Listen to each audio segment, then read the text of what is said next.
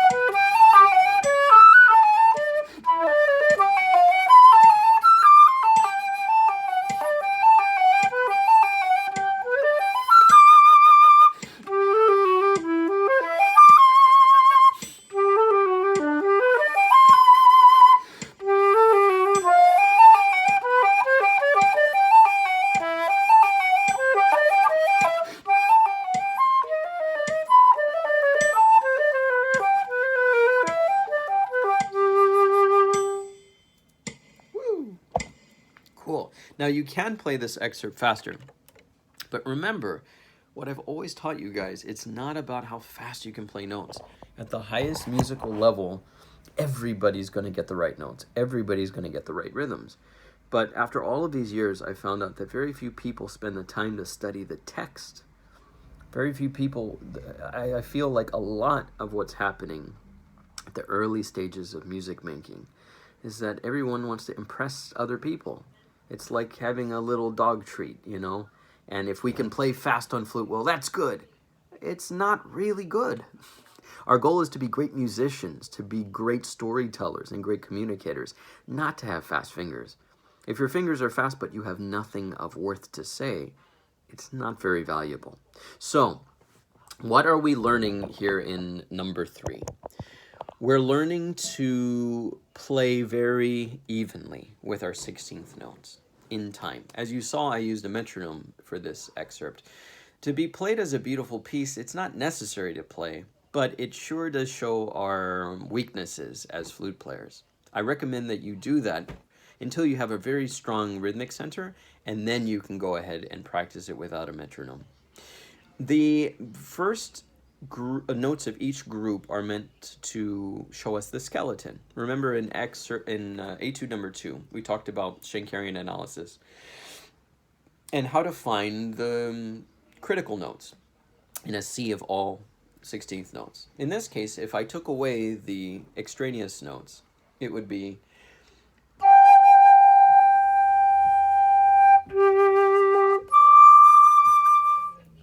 would just be a whole bunch of G and wigglings around G, and then we get a D. So why is D is important? What relationship does D have to G? Well, it's tonic and dominant. And this is the most fundamental relationship in tonal music. What I recommend is to outline the G arpeggio.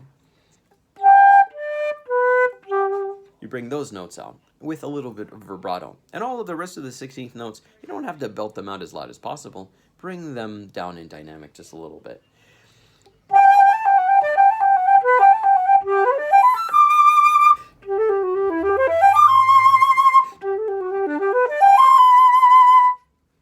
Got it? So we can hear G, D, B, G, Sol, Re, Ti, Sol. The next thing is we have an opportunity to practice our vibrato. Usually we want vibrato on notes that demand expressiveness. In this case, it's a great opportunity on our tied, dotted quarter notes to sing them, to be able to have this great vibrato. And since it happens so many times in the excerpt, we have lots of opportunities to practice that singing open vibrato. Second measure. Make sure when you get to that note that you have an idea of how fast the vibrato should be. You can practice with pulses of 4. If I had my metronome going on like this, 1, 2, 3, 4, 1, 2, 3, 4 is a type of vibrato speed. If we bump that up to 5, it would be. If we bump that up to 6, it would be. If we bump it up to 7, it would be. Now, is 7 the most appropriate vibrato for this speed, for this piece, or any piece? Maybe, maybe not. But your control of it should be the aim of this study. So when you get to that, I like a 6 vibrato. It gives a nice, wonderful spin to the sound. Although, sometimes I like to practice intentionally a slower vibrato. So I can focus on the tone quality. It's not just about speed, it's how far sharp and how far flat you are actually moving the intonation of that note. Vibrato is a fluctuation of the pitch of the note, the dynamic, and then to which degree you want to do, and the speed of the pulsing. And you can have variability on each and every one of these variables. You could do, in terms of speed, like I demonstrated, you can practice a slow speed of 4, 5, 6, 7 beats or waves, undulation of vibrato per pulse. In terms of the intensity of the vibrato, you can practice having what's called a narrow vibrato, which means that when you go up and down in pulse, your intonation is barely moving up. Maybe restrict yourself to 5 to 10 cents. If you do that, you can barely hear the vibrato. You hear more sound, but you can pay attention to all of the undulations, the pulses in the vibrato. Speed can be fast, but you barely notice it. That's what's called a narrow vibrato. Now, a wide vibrato is when your intonation goes way, way, way high and low. 15 cents, 20 cents, 40 cents for some flute players. And that's called a wide vibrato. When I play that kind of vibrato, my whole body shakes. I picked that up from some of the great mentors we have here in Los Angeles.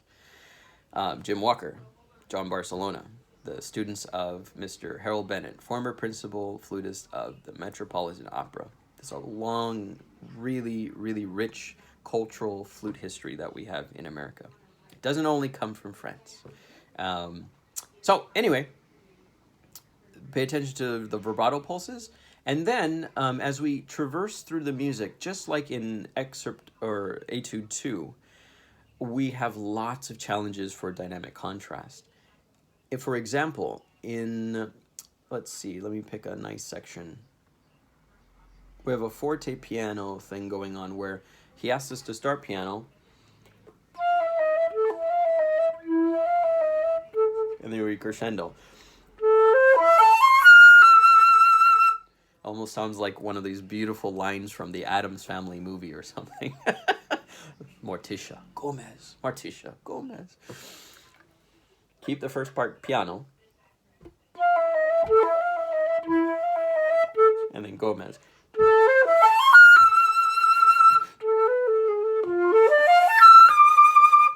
You can make the dynamic contrast as much as you want. One person's piano and forte is subjective from another person's.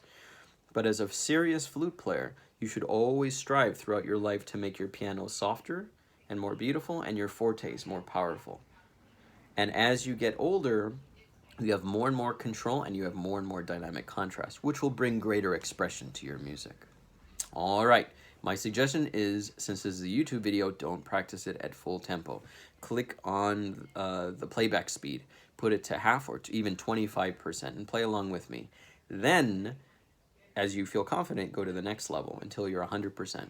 And then go faster, because wasn't the fastest possible speed. I just chose 52 as a nice practice tempo. You could go...